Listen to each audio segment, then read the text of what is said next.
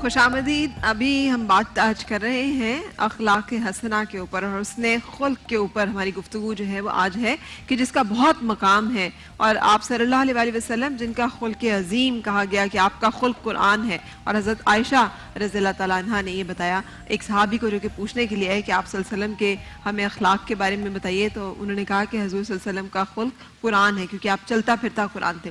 علامہ شہنشاہ نقوی صاحب، میں آپ سے بھی جاننا چاہوں گی، ایک اور میں نے سوال کیا تھا، فی الحال اس کو تھوڑا سا موقوف کرتے ہوئے، کہ کیا مقام ہے اور کیوں حسن اخلاق ضروری ہے اور کتنا ضروری ہے اور کیسے ضروری ہے؟ اسلامی تعلیمات میں اگر ہم تمام اسلامی تعلیمات کا خلاصہ اور موضوع بندی کریں تو 3 موضوعات میں اسلامی تعلیمات موضوع بندی میں آ جاتی ہیں اور خلاصہ ہو جاتی ہیں. سب سے پہلے درجتاً اور ترتیبی اعتبار سے سب سے پہلے عقائد، ٹھیک، پھر احکام، ٹھیک، پھر اخلاق. صحیح. یعنی دیکھیے سرکار نے مدینہ مکہ المکرمہ میں لوگوں سے کیا کہا؟ حضرت نے فرمایا قولوا لا الہ الا اللہ تفلحوا. عقائد اپنے ٹھیک کرو. مکی آیات کی غالب جو ہدایتیں ہیں، پیغامات ہیں، وہ عقائد سے متعلق ہیں. ٹھیک. اللہ کے وجود پہ، آخرت پر ایمان رکھنا. اور جیسے جیسے مکی زندگی آگے بڑھی اور مدنی زندگی میں پھر حضرت تشریف لے گئے تو آپ وہاں دیکھیں کہ احکام کی طرف توجہ، نماز کب واجب ہو رہی ہے، جنازے کی نماز کب واجب ہو رہی ہے، روزہ کب واجب ہو رہا ہے. اور پھر تیسرے مرحلے میں ہے اخلاقیات. یعنی اگر ہم یہ کہیں کہ عقائد سے احکام اور احکام سے اخلاق، یہ ایک ترتیب ہے، اور اسلامی تعلیمات کا نتیجہ اور ما حصل اخلاقیات ہے. یعنی اگر کوئی عقیدے کے باب میں تو بہت اچھا مقرر اور خطیب ہو، اور احکام میں اس کی سستی ہو، یا احکام میں وہ نابلد ہو، یا نہیں احکام میں بھی وہ بہت بڑا فقیہ ہو. آپ دیکھیں قرآن مجید میں 500 آیات سے زیادہ آیات الاحکام نہیں ہے. جی. یعنی زیادہ توجہ اگر ہم دیکھیں تو احکام سے زیادہ کہیں جا کر اخلاقیات پر توجہ ہے. جی بالکل. اور سرکار نے بھی ارشاد فرمایا انما بعثت لاتمم مکارم الاخلاق، میں بھیجا گیا ہوں اخلاقیات کو ٹھیک کرنے کے لیے. واہ واہ، کیا بات ہے. یعنی عقائد اخلاق سنوارنے کے لیے، اخلاق سنوارنے کے لیے، اخلاق کو کمال تک پہنچانے کے لیے. واہ.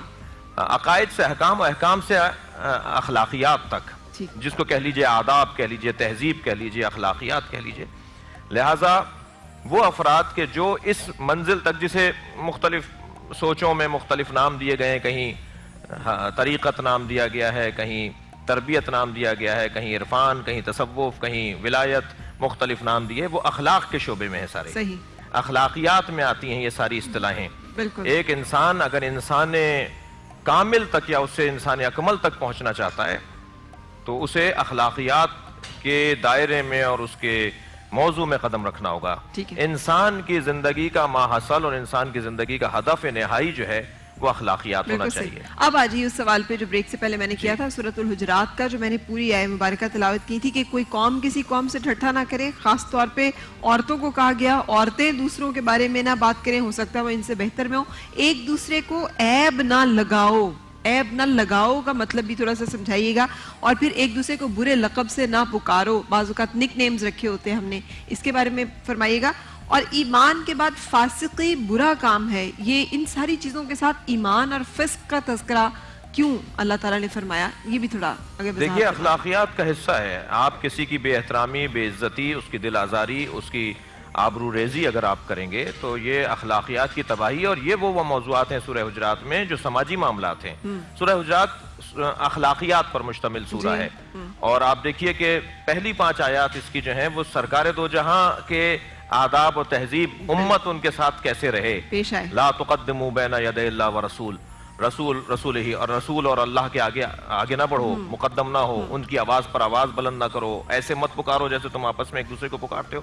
پہلی 5 آیات نبی سے متعلق ہیں، تہذیب. اور ظاہر ہے جس قوم میں اپنے مولا، اپنے مرشد، اپنے نبی، اپنے رہبر کی ادب اور تہذیب نہ ہو تو پھر آپس میں کیا تہذیب ہوگی، کیا اداب اور تہذیب ہو. اس کے بعد آپ دیکھیں کہ خانوادگی مسائل کی طرف ذکر ہے اور سماجی مسائل کی. اب یہ جو آیت جس میں مذاق بنانے والی بات ہے اور ٹھٹھا اڑانے والی بات ہے، یہ سماجی مسئلہ ہے. جس ماحول میں، جس معاشرے میں ادب احترام دوسرے کا خیال نہ رکھا جا رہا ہو، وہ معاشرہ بے سکون ہو جاتا ہے، ٹھیک۔ بے اعتبار ہو جاتا ہے۔ خبردار کسی کا مذاق نہیں بناؤ، خبردار کسی کا مسخرہ نہ اڑاؤ، کسی کو اپنے آپ سے کمتر نہ سمجھو، اور خاص طور پر جو اپنے آپ کو دوسروں سے برتر سمجھتے ہیں یا دوسروں کو کمتر سمجھتے ہیں، ان کے لیے تو انتہائی مذمت آئی ہے، اور یہ گناہ کبیرہ میں سے ہے۔ گناہ کبیرہ کی خاصیتوں میں خاصیت یہ ہے کہ دعائیں قبول نہیں ہوتی، برکتیں نہیں رہتی گھروں میں، رزق کے اندر برکت نہیں ہوتی، معاشرہ تباہی کی طرف چلا جاتا ہے اگر گناہ کبیرہ کا مرتکب ہو رہا ہو۔ اچھا ایک سوال اگر وقت ہو تو جناب، جس طرح سے ابھی آپ نے ارشاد فرمایا کہ مذاق اڑانا، اچھا ایک ہوتا ہے کہ مذاق کرنا، سپوز دیٹ کہ ایک دوست ہے ہمارا، اس کو یہ پتہ ہے کہ اس کے اندر یہ عیب ہے، لیکن وہ اس پہ راضی ہے کہ چلو ہنسی مذاق ہو رہا ہے، وہ اس پہ راضی ہے کہ وہ دل آزاری اس کی نہیں ہو رہی، وہ خود اپنے اس عیب کا ذکر کرتے ہوئے مذاق کر رہے ہیں۔ مزاح المومن عبادہ، مومنین آپس میں مزاح کریں، یہ عبادت ہے۔ نبی مکرم کے مزاح پر میرے پاس ایک کتاب موجود ہے، روایات میں احادیث میں آیا ہے کہ سرکار مزاح فرماتے تھے، اور اخلاقیات کا حصہ ہے مزاح۔ مزاح اور ہے، تمسخر اور ہے۔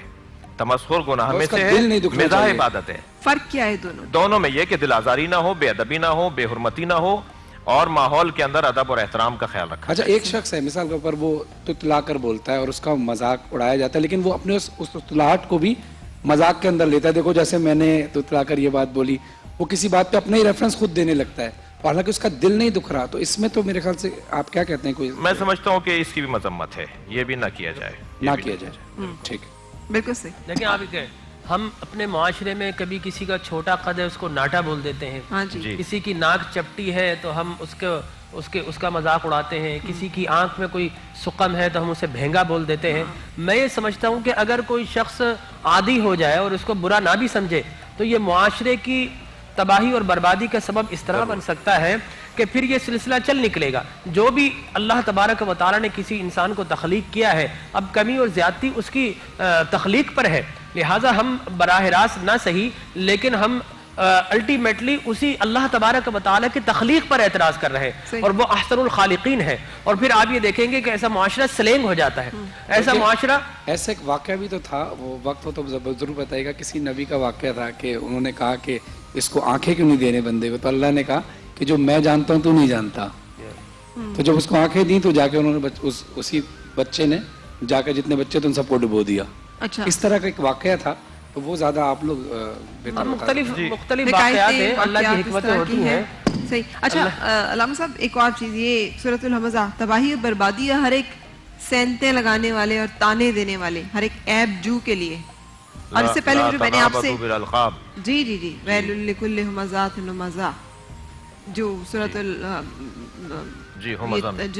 نک نیم جو رکھتے ہیں جس سے برائی کا تاثر ابھرتا ہے، وہ بھی قابل مذمت ہے۔ تباہی و بربادی اللہ تعالیٰ نے کہہ دی، اور ہم یہاں پہ پوچھ رہے ہیں آپ سے کہ اگر ہم ہلکا پھلکا کر لیں اور وہ مطلب مائنڈ نہ کریں۔ نہیں، ہلکا پھلکا بھی اجازت نہیں ہے۔ ہلکا پھلکا یہ نہیں، چوری چوری ہے، جھوٹ جھوٹ ہے، چھوٹا جھوٹ بڑا جھوٹ، چوری چھوٹی بڑی چوری۔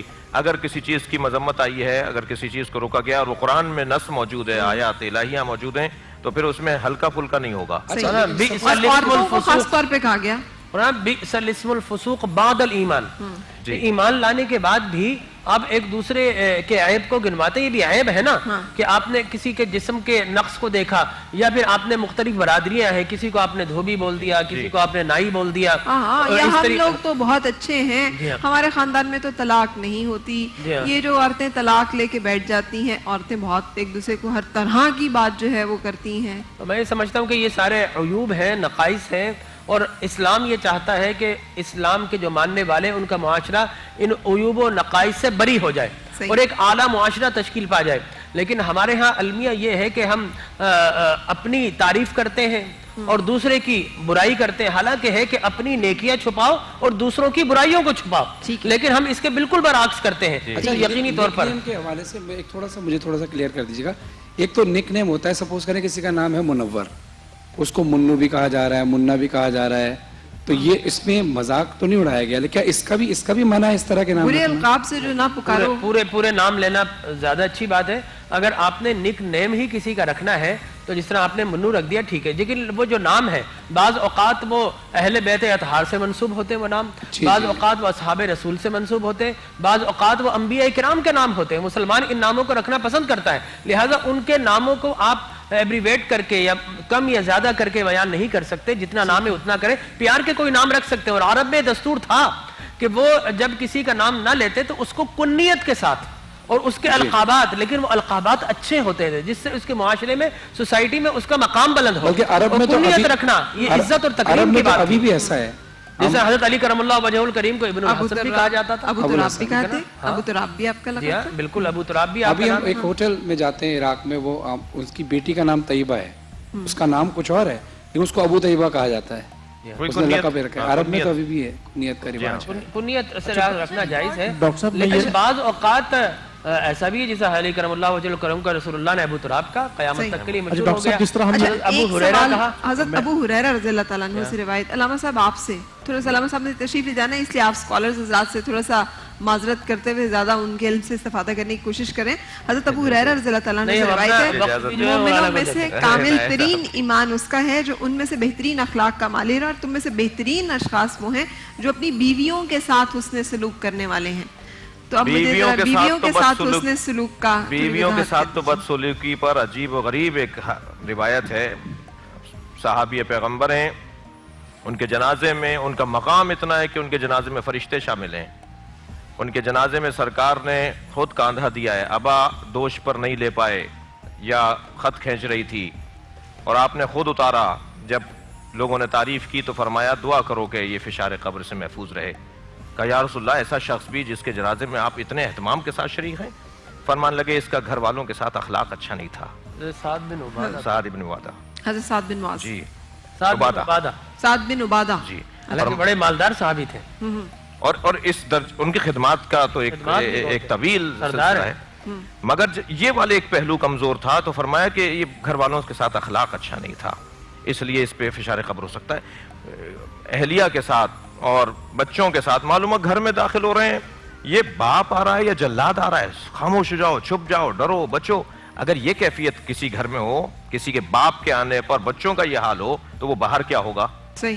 اگر بعض زوجہ اوقات باہر بہت ٹھیک ہوتے ہیں، البتہ لیکن باہر گھر وہ آ ٹھیک کر- نہیں ہوتے، وہ وہاں منافقت ہو رہی ہوتی ہے، وہ جھوٹ بولا جا رہا ہوتا ہے. ٹھیک ہے. اس لیے کہ آپ غور فرمائیں جو شخص گھر والوں میں عزیز نہیں ہے، عجیب دعا ہے ڈاکٹر صاحب سے استفادہ ہو کہ امام حسین دعا فرما رہے ہیں یا اللہ مجھے اپنے رشتہ داروں میں عزیز قرار دے. واہ. حضرت کی دعاؤں میں ایک دعا ہے مجھے اپنے رشتہ داروں میں عزیز قرار دے، کیونکہ جو رشتہ داروں میں صاحب عزت نہیں ہے باہر اس کی عزت جھوٹی ہے. اچھا.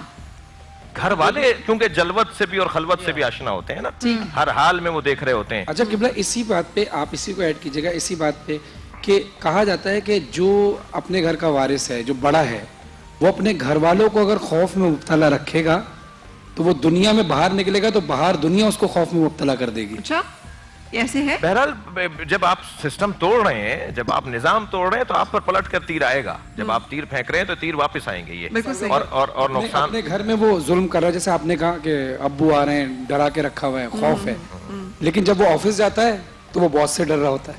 اچھا یہ جو والدین کا خوف ہے خاص طور پہ والد کا، میں سمجھتا ہوں ایک حد تک ہونا چاہیے بہرحال، اس لیے کہ جو بچے ہوتے ہیں وہ ماں کے ساتھ بہت زیادہ نہیں قریب وہ ہوتے ہیں. نارمل خوف کی بات نہیں ایک کر ممتا. رہے ہاں ہم ایک وہ ظالم ہاں وہ اس جلاد بات کی نہیں بات ہونا کر رہے ہیں. چاہیے، انسان کو جلاد ہونا الگ بات ہے. خاموش ہو، بات نہ کرو، سانس بھی نہ لو، آہستہ بولو.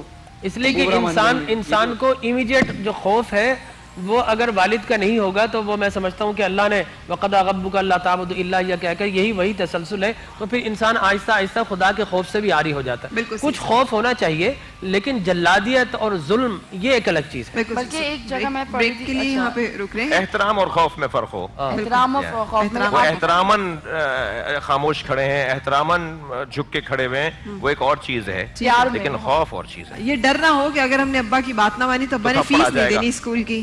وہ ابا تو کہیں اور کہ بہت جاؤ بڑی پھر بات. خود ہی جا کے فی لے کے آؤ، پھر میری تو بات نہیں مانتے ہو تم. یہ بھی کرتے ہیں نا والد. اب یہ تو غلط ہے. سو علامہ صاحب بہت شکریہ، آپ نے اب تشریف لے جانی ہے، امامت فرمانی ہے، لیکن ہم ایک بریک کے لیے رکیں گے اور اپنی گفتگو کو یہیں سے آگے بڑھائیں گے.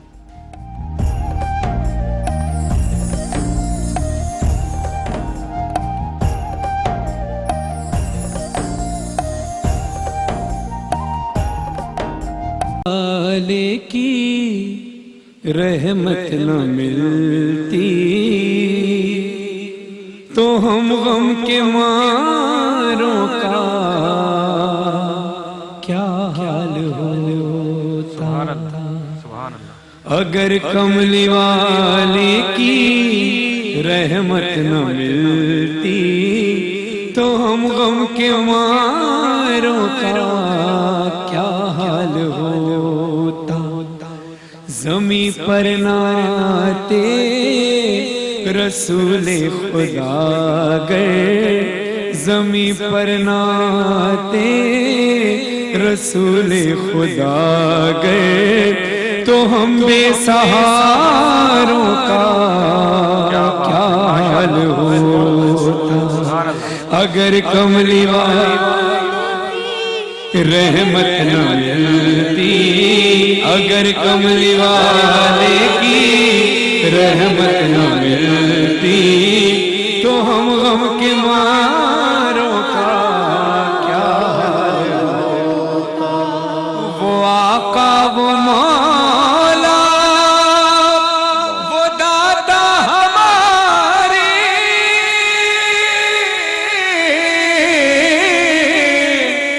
خدائی کے پیارے، خدا کے دلارے، خدائی کے پیارے، خدا کے دلارے. محمد جو دکھیوں کے حامی نہ ہوتے، محمد جو دکھیوں کے حامی نہ ہوتے تو ہم بے قراروں کا کیا حال ہوتا. اگر کملی والے کی رحمت نہ ملتی تو ہم غم کے ماروں کا کیا حال ہوتا. صلی اللہ علیہ وآلہ وسلم، صلی اللہ علیہ وآلہ وسلم. محمد کا جلوہ ہے، جلوہ خدا کا.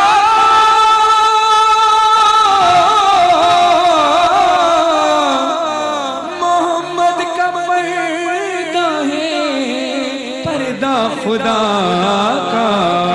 محمد کا پردہ ہے، پردہ خدا کا.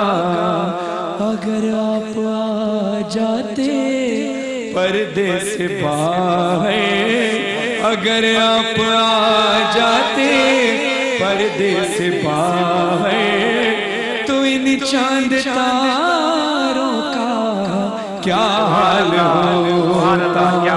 اگر کملی والے کی رحمت نہ ملتی تو ہم غم کے ماروں کا کیا حال ہوتا.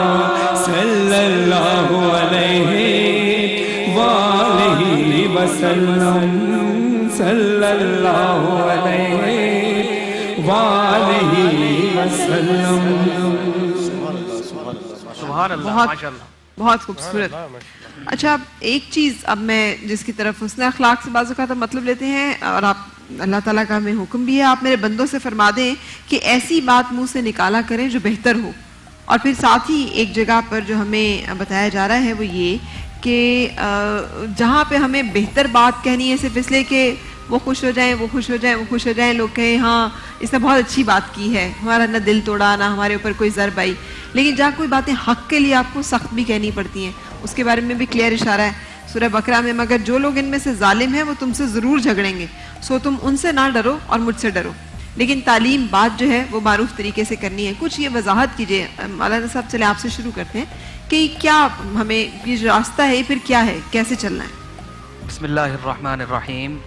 حضرت موسیٰ علیہ السلام کو جب اللہ رب العزت نے فرعون کے سامنے بھیجا تو حق دے کر بھیجا کہ دعوت اللہ دینی ہے، لیکن فرمایا کہ معرفت کے ساتھ، حکمت کے ساتھ، نرمی کے ساتھ بات کرنی ہے. ٹھیک ہے، یعنی حکم یہ دیا جا رہا ہے کہ بات حق کرنی ہے اور حق ہی ہونی چاہیے، لیکن معرفت کے ساتھ، حکمت کے ساتھ، پیار محبت کے ساتھ اس کو سمجھانا ہے، لڑنے کا حکم نہیں ہے۔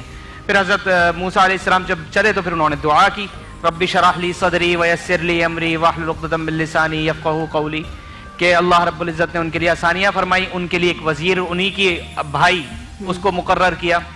تو حق جہاں حق آئے گا وہاں ہم منافقت نہیں کر سکتے، منافقت کی اجازت نہیں ہے کہ اگر میں حق کہوں گا تو سامنے والے کو برا لگ جائے گا، نہیں، صحیح۔ حکمت کے ساتھ اپنی حق بات اس تک پہنچا دینی وہ ہے۔ حکمت یہ کا ہے انداز کیا ہے، مطلب وہاں پہ ہمیں کیا کوئی گائیڈنس ہے اس بارے میں؟ بعض کہتے ہیں جی ہم تو بات تو صحیح کہہ رہے ہیں نا، دیکھیں ہم بات صحیح کہہ رہے ہیں، اب آپ کو بری لگ رہی ہے تو اس میں ہم کیا کریں، بات تو سچ ہے۔ اب یہ کیا یہ طریقہ رویہ اسلام کا مناسب ہے؟ مزاج یہ ہے کہ ایبرپٹلی کوئی ایسا جملہ نہ کہا جائے کہ جس سے کسی کی دل آزاری مقصود ہو۔ اسلام نے معاملہ فہمی کی تعلیم دی ہے، اور اس کی بہترین صورتیں ہمیں قرآن و احادیث میں نظر آتی ہے۔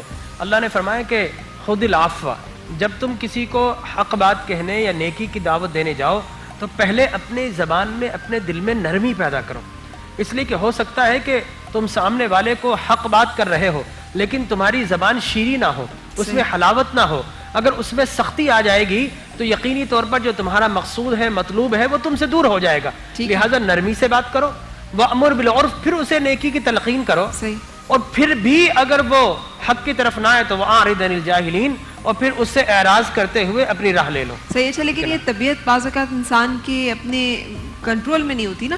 کچھ لوگوں کو فطرتاً غصہ زیادہ آتا ہے، وہ کہتے ہیں غصہ کرنے والے دل کے بڑے صاف ہوتے ہیں، وہ کہتے بھی ہیں ہم وقتی طور پہ برا کہہ دیتے ہیں لیکن ہمارا دل بہت صاف ہوتا ہے۔ کچھ لوگ ایسے ہوتے ہیں زبان کے بہت میٹھے ہوتے ہیں لیکن دل کے بہت منافق ہوتے ہیں، وہ آپ کو آپ کی بری بات بھی نہیں کہیں گے، منہ پہ جو کہنا آپ کو ضرورت ہے بتانے کی وہ بھی نہیں بتائیں گے، لیکن یہ کہ وہ آپ کی عیب جوئی بھی کرتے رہیں گے۔ اب یہ دو مختلف رویے، جو انسان اپنے غصے پہ قادر نہ ہو اس کے بارے میں کیا؟ دیکھیں میں آپ سے عرض کروں کہ غصہ اللہ تبارک و تعالیٰ نے انسان کو جتنی بھی فطرتیں عطا فرمائی ہیں ان میں سے کوئی بھی ایسی فطرت، کوئی بھی ایسی نیچر انسان کی ایسی نہیں ہے جو عبث یا بیکار ہے۔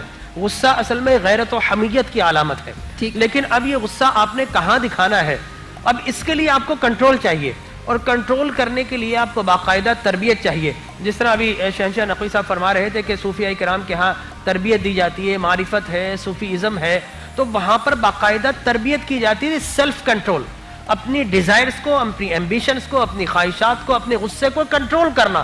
کبھی بھی اسلام نے غصے کو ختم کرنے کی تعلیم نہیں دی۔ رسول خدا صلی اللہ علیہ وسلم نے باقاعدہ تربیت کی۔ آپ نے صحابہ سے پوچھا بچاؤ تم میں سب سے بڑا پہلوان کون سا ہے؟ کہا کہ یا رسول اللہ جو سب کو پچھاڑ دے۔ آپ نے فرمایا نہیں، سب سے بڑا پہلوان وہ ہے جو غصے کے وقت اپنے غصے کو پچھاڑ دے، اس کو قابو کر لے۔ لیکن ہمارے ہاں میرے خیال میں یہ طرہ امتیاز بھی بن گیا ہے کہ جناب میں سچا ہوں اور میرے دل میں نفاق نہیں ہے، میں دوغلا نہیں ہوں، اس لیے میں بہت زیادہ غصہ کرتا ہوں۔ نہیں، میں یہ سمجھتا ہوں کہ حق کی علامت یہ ہے کہ جہاں پر غصہ کرنا ہو وہاں پر غصہ کرنا چاہیے، اور جہاں پر غصہ اور جتنا کرنا، اور جہاں پر غصے کو برداشت کرنا ہے تو اللہ تبارک و تعالیٰ کو سب سے اچھا گھونٹ وہی تو لگتا ہے جو غصے میں انسان پی جائے، صبر کر۔ امام غزالی رحمہ اللہ احیاء العلوم میں لکھتے ہیں کہ انسان کو اللہ رب العزت نے اشرف المخلوقات بنایا، تو آگے وہ لکھتے ہیں کہ جانوروں کی 3 قسمیں ہوتی ہیں۔ ایک جانور وہ ہیں جن سے صرف نفع پہنچتا ہے، نقصان کوئی نہیں پہنچتا، جیسے گائے، بیل، بکری وغیرہ، کہ ہم ان سے دودھ لیتے ہیں، جب وہ کاٹ کے کھانا ہوتا ہے تو کاٹ کے کھا لیتے ہیں۔ دوسری قسم کے جانور وہ ہیں جن سے جو ہے نہ نفع پہنچتا ہے نہ نقصان ہے، جیسے بلی وغیرہ، کسی کام کے نہیں ہے، کوئی نہ نفع ہے نہ نقصان ہے۔ تیسری قسم کے وہ ہیں جن سے صرف ضرر ہی پہنچتا ہے، جیسے سانپ، بچھو جب بھی ملے گا، جب بھی کسی کو ٹچ کرے گا تو وہ ڈنگ ہی مارے گا۔ فرماتے ہیں انسان اگر تجھے اپنی انسانیت جو اللہ رب العزت نے تجھے افضل بنایا، اشرف المخلوقات بنایا، اس معیار سے گرنا ہی ہے، جانور بننا ہی ہے، تو پہلی قسم بن کہ لوگوں کو صرف فائدہ پہنچا، نقصان نہ پہنچا، اور اگر پہلی قسم نہیں بن سکتا تو پھر دوسری قسم بن کہ کم سے کم نہ نفع نہیں پہنچ رہا تو کم سے کم نقصان بھی نہ پہنچے۔